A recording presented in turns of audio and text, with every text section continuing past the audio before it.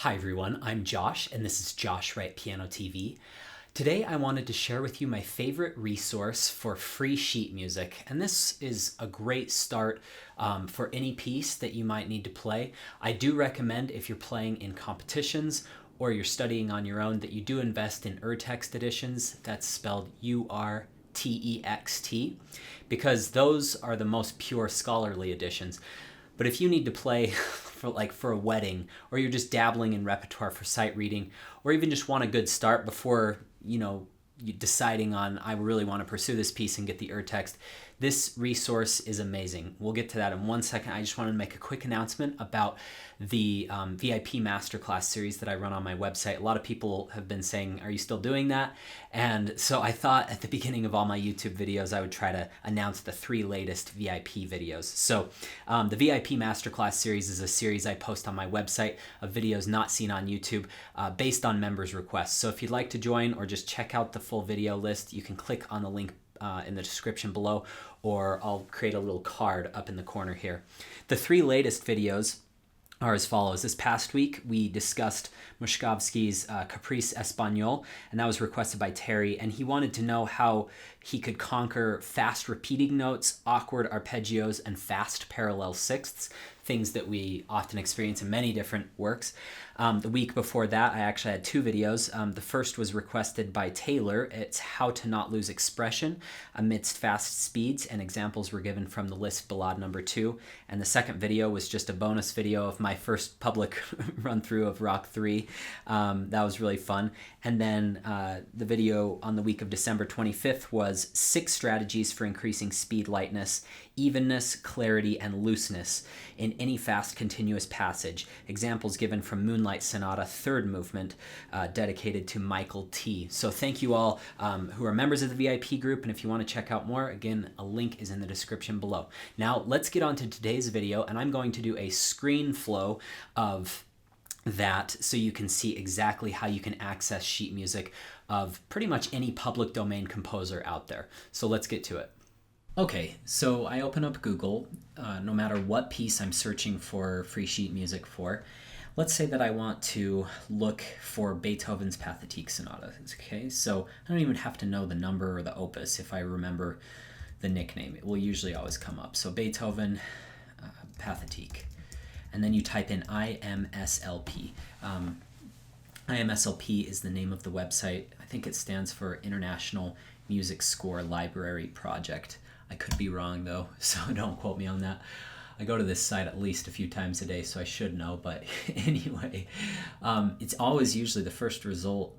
Sorry about that. It's usually the first result.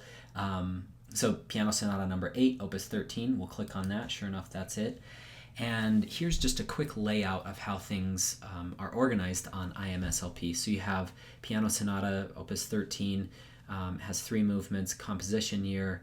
It's in this category. I would not recommend going to imslp.org and try searching for it on your own. It's so much easier just to do it in Google. So that's how I go about that. Here in the pink section, you're going to find recordings, which I don't even bother with because there are so many wonderful recordings on YouTube. If you go down here to sheet music, this is where you'll find all the good stuff. So the way this is organized is each of these blue bars represents a different score. And sometimes you'll see these double bars right here. This one's just a preview, and this is a complete scan. I'm not sure exactly the difference, but I usually just click on the lowest one. And each of these are different editions. So this is the first edition, which is really cool to go look at. I usually don't like studying off of a first edition, but I will generally compare a good Urtext edition or another good edition to that. This one is the Breitkopf und Härtel, however you say that, edition. Pretty good edition. I do like it for German music. I used it in my doctoral studies for Brahms. It was nice. This one's Hans von Bülow and these 2 other guys, so that'll be pretty good. Going down, this is the Peters edition. Probably familiar with that. I do like the Schenker edition for Beethoven. Schenker was such a great theorist that I do enjoy studying out of that. You'll see all of these different ones. Godowski's edition. Let's see here. This one I do love to look at the Schnabel edition because He was such a great Beethoven scholar. So you have all these options. Let's just go and click on the Schenker edition. Since, by the way, these red things, non-PDEU, non-public domain in Europe. This is non-public domain in the U.S. So obey your laws of the laws in your country. So I would just click on complete score. And then they do this to try to get you to subscribe. I love IMSLP. I haven't personally subscribed yet, but I may in the future because I think their website's so valuable. So you don't have to wait those 15 seconds if you subscribe. Anyway, 15 seconds is gone. So click here to download. And then you have this score, and it's amazing. You can print it from here. You can, if you have an iPad, you can save it right to Fourscore, open it in Fourscore right on your iPad. Really easy integration with that app, and just really helpful. So I love this site. So let's go back to Google. Let's say that we were looking for a concerto. So let's maybe look for Mendelssohn Concerto in G minor.